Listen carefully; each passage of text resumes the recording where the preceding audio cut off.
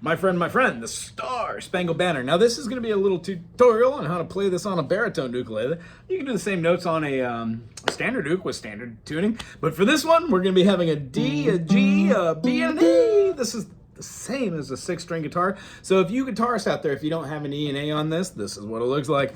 We're going to be in the key of D. There are 2 sharps in the key of D. We've got a F sharp, which is in the key of G major, G, A, B, C, D, E, F sharp, G. And then when we go to the second key that has 2 sharps, we're talking about, you guessed it, B minor or D major. So when we play a D major, we've got our 1 chord, D major. We have our 2 chord, the E minor. Oh, it looks so great. There are inversions that we talk about on this channel. However, if you want to check those out by going to the others and then coming back, by all means. When we go to our 4th, we've got our F sharp minor. Pay attention to this one. E minor just scoots up to the barring B-A-R-R-E, the 2nd fret, and then playing the 4th. Make sure you're leaving that pointed, not going down. That'll mute that with the back fret of that finger. No bueno. So when we go through the process of seeing that the F sharp minor is very close to the A major, you're going to want to remember that for the last measure, because I'm going to make a chord substitution from the book I'm working with, because it sounds like it needs a minor there. Anywho, when we play our D major, E minor, F sharp minor, our next note is a G major. And we go to our aforementioned A major. Keep an eye on this one, because we're going to be coming back in just a moment. We're going to move that up and turn it into a major. It's going to turn into our B minor. And then what we're going to go jump back and play those 2 notes, leaving out the actual note there. Or you could bar the whole thing and throw it up like that. This works fine. Okay, the first chord we're going to be playing is a D major. And we're going to have O, D, 2, A, and then B minor. Hold the B minor. And then we're going to play an E7, la, la, la, la, la, A major. What so D, Lee, we, A, at the D, la, la, la, la, la, la, la. Whose bright stripes is going to go back to A, and bright stars through the perilous fight. Remember that E7 to A, it goes awfully quick. You could even throw in an A7 as a passing chord if you want to go right back up to the 1 for the gallantly streaming. Here's the high part. D major, do, do. The bomb's A majoring. That's right. In air. Hold that A. Gave D to the A. Then our D E7A. And then we're going to jump up for the O, D, D, D, D, G, B7, E minor, yeah, yeah, D, A. You could also play like a, if you want to omit the D as well, you can just go to the A and play A sus. As you can see, when you play an A sus, it's very close to your F sharp minor. Well, an F sharp minor with this note makes a D. Okay, so when we go through the process of seeing these notes being played all the way through, the big finale is, or the D of the A, and the D, B minor, D, A, D. The individual notation, which I'm going to sing in just a second, follows this. I think for this video, I'm just going to call out the frets. It's much easier. Okay, since we're going to be moving upward with this and staying in location, the only time we're going to be moving out of this pocket is when we're doing the last little bitty. I think we're doing like something really cool up the top. We'll show what that is. But for right now, let's just play with our 2nd finger, 2nd fret. There it is. We're going to go right here to the G string. Find G, G sharp, A, G, A flat, A. So this A is our 2, and then our piggy will play the 4. So we've got 8th note in the beginning. 1, 2, 3. 1, 2, 2, 4, open. 4, 2, 3, the D. Here's our F sharp.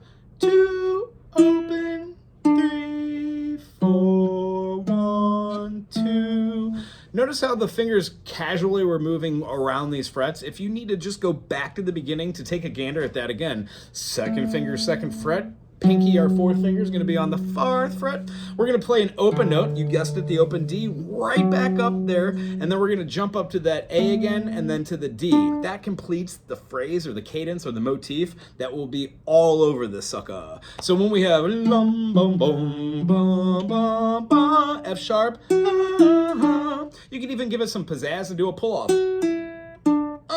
When we rock that down, we're going to be going through that D note, laying our finger down to the fourth fret on the low D string, and then getting casually out of key for that E7, which works super perfect with the actual chord, and then moving up a minor second or a half step to the second fret there. Once again, slow-mo.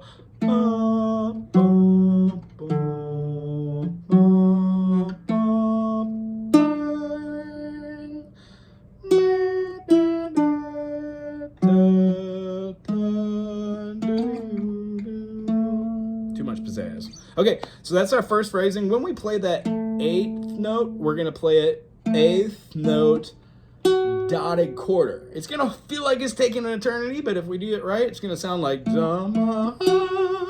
open 3 2, open 2 3 3 2 4, open. Now, if you've gotten this far, you've noticed that the weird one is using your pinky on the fourth fret. So when we count up D, D sharp, E, F, F sharp, it is only the minor third of your chord here. So what we do is we get really comfortable playing the chords of the song. D major, E minor, F sharp minor, and what you'll find are the chords that are on top of this melody are the exact same notation that you would have.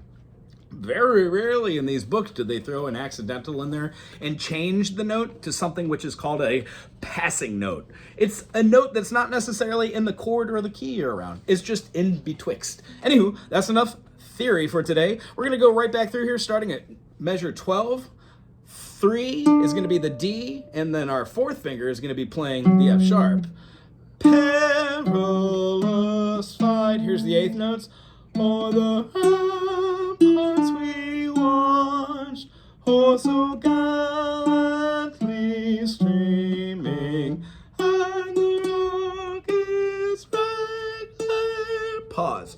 The reason why I was showing to play with those fingers starting at the third fret and then play these notes is because all the notes we've played up till this point are underneath the fifth fret, except for here. So make a little notation in your music that when you get to the fourth quatrain, that you're going to be moving and shifting your fingers. So now your second finger no longer is playing the first, just the 1, 2, 3, 4 kind of theory. You're moving it up like this. So your notation could go all the way up. Dear goodness, you can even slide up to it if you want.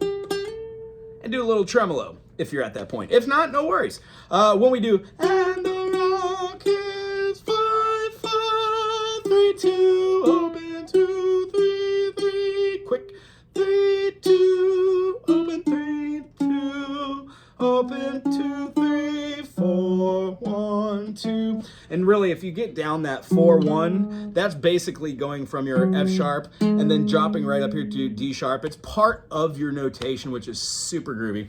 Not your D sharp, sorry, your G sharp. So when you're going through here, that note moves right up. The reason why that note's really groovy is that's the third when we're playing that E7, so it stays constant because you want a major tonality. When going through here, the last little part that's going to be the big, like bombs bursting in air, it starts off with our our D. Oh, say does that G, B7. That B7 is acting as a lending chord, meaning when we go to the E minor, it sounds super groovy. You could even play a E minor 7, and because we're going to the D, we could play a secondary dominant, D, E, F, G, A. If you play a quick A7 before your D, it sounds amazing as well. Here's what the chords will sound like, and then we're gonna take it to the end. The notes I'm singing are the exact notation. See if you can figure it out in the end. And remember, it's the same motif as the first line. It just goes up to the next octave. Here we go. Oh, say does that star-spangled banner yet wave. Remember, you could do an A sus, or you could just go to the D, A. Both work. Depends on what your flair is. Or the D on the A. I would suggest playing maybe this A here and then throwing a finger up here. Or if you're so adventurous, move all the way up your fretboard to find the A in a different location. Maybe it could be betwixt right here.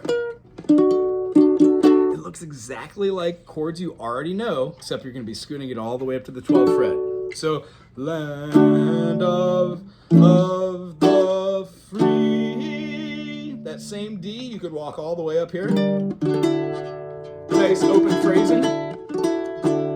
And then we're going to play a quick B minor to a D major, A, and then end on our D. Now remember that the D should be the climax of this tune. So when you get to the apex or the climax of this musical notation, remember that singing the notes while you're learning them is a great way to become proficient at knowing your fretboard and to become one with your instrument. Hope you had fun today. I sure as heck did. See you next time.